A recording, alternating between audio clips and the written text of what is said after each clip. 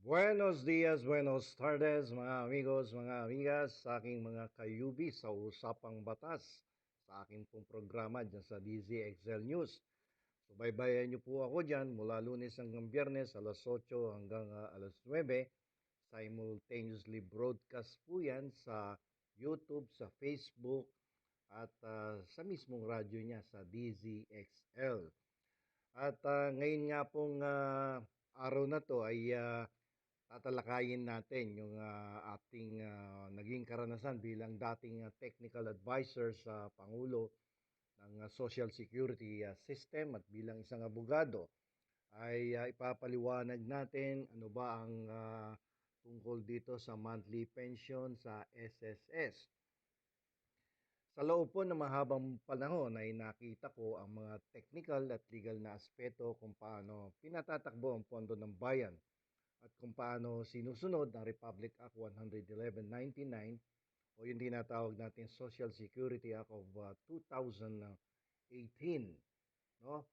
At ngayong araw ay himayin po natin, no, ang batas upang masiguro na ang bawat pamilyang Pilipino ay makukuha ang nararapat na benepisyo para sa kanila in the event na isa sa mag-asawa ay lumisan na po sa ibabaw ng mundo. Okay? So kapag nangyari yung sad event na yan na nawala na yung isa sa mga mag-asawa na miyembro ng SSS, no?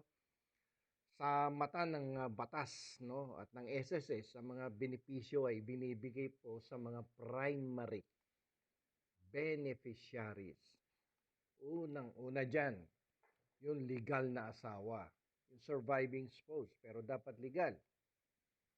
Ibig sabihin may marriage contract 'yan, no? At hindi pa muling nag-aasawa o may ibang kinakasama. At ang pangalawang benepisyaryo ay yung mga anak at mga dependent children, mga anak na wala pang 21 years old.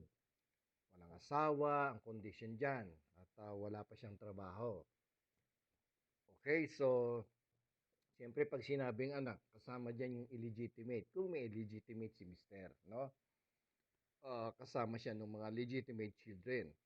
Dahil sabi po sa ating family code, ang mga illegitimate ay may karapatan din sila.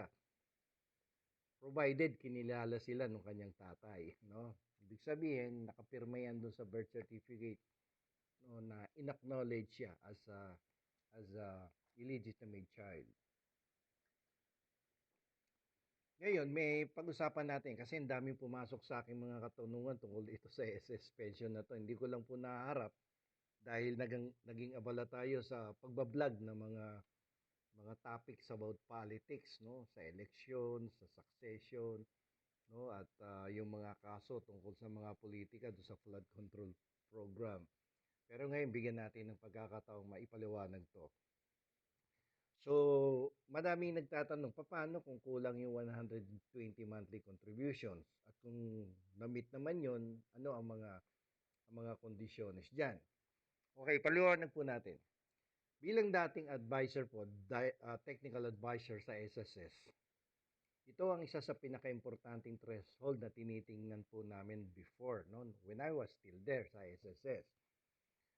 Kung ang miyembro po ay may hindi bababa, no, sa 120 monthly contributions, yung hulog niya, hindi bababa sa 120 monthly contributions. Ito po yung pinaka-ideal dahil may sigurado at habang buhay na sustento ang pamilya. Kung hindi naman nakaabot ng 120 contributions, ibinibigay kung ang kung ang hulog, kung magkano lang ang inuhulog ng miyembro at nung plus the employer's contributions plus the interest. Yun lang. Pagkatapos nun, wala na. Pag nakuha mo na yung cheque, wala kang na ugnayan sa SSS.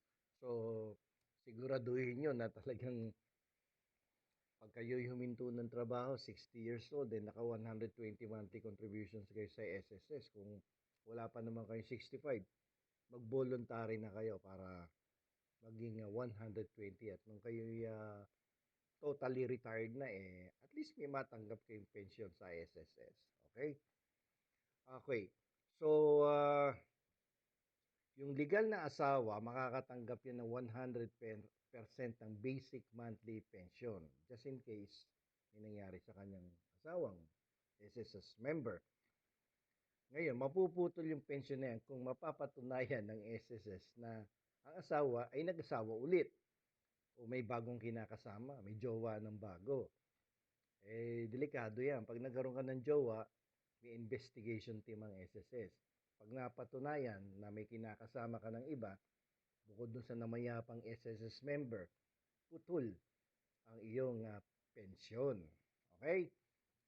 So, magkano yung share ng mga anak do sa pensyon? Bawat anak, no? Hanggang 5 ang allowed mula sa pinakabata ay may dagdag po yan na 10% ng basic pension. Kung 10,000 yung sa nanay, o 10% yan, 1,000 bawat isang dependent child na hindi hihigit sa 5. Paano kung may anak sa labas, no? Okay, ganito yan. Ang mga legal na anak ang may prioridad. Ang mga anak sa labas ay makakakuha lamang ng 50% ng allowance ng isang legal na anak.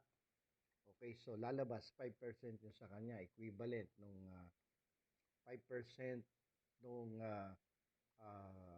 monthly pension ng surviving spouse. Okay? So, hanggang may slot pa sa unang 5 anak. Palagay mo, 3 doon sa una, sa unang sa tunay na asawa, tapos may anak sa labas pa lang 2.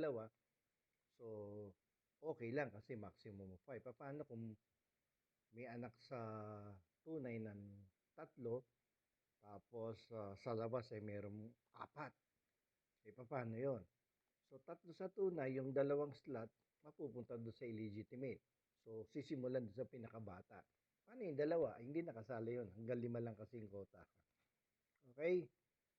So, ano pa ba yung mga karagdagang benepisyo bukod dun sa monthly pension na matatanggap ng mga anak at surviving spouse?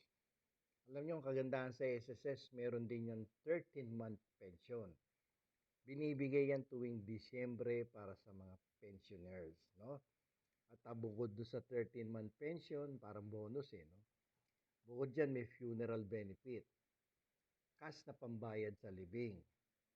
Ang amount yan ay mula 20,000, no? Maximum yata ngayon ng 60,000.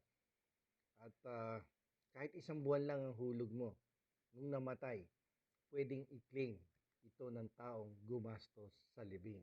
Okay? So, kahit isang hulog lang. So, entitled ka sa funeral benefit, yung cash na makukuha. Bilang isang abogado po, lagi ko pong pinapaalala. Ang SS po ay isang kontrata sa pagitan ng gobyerno at ng mga miyembro.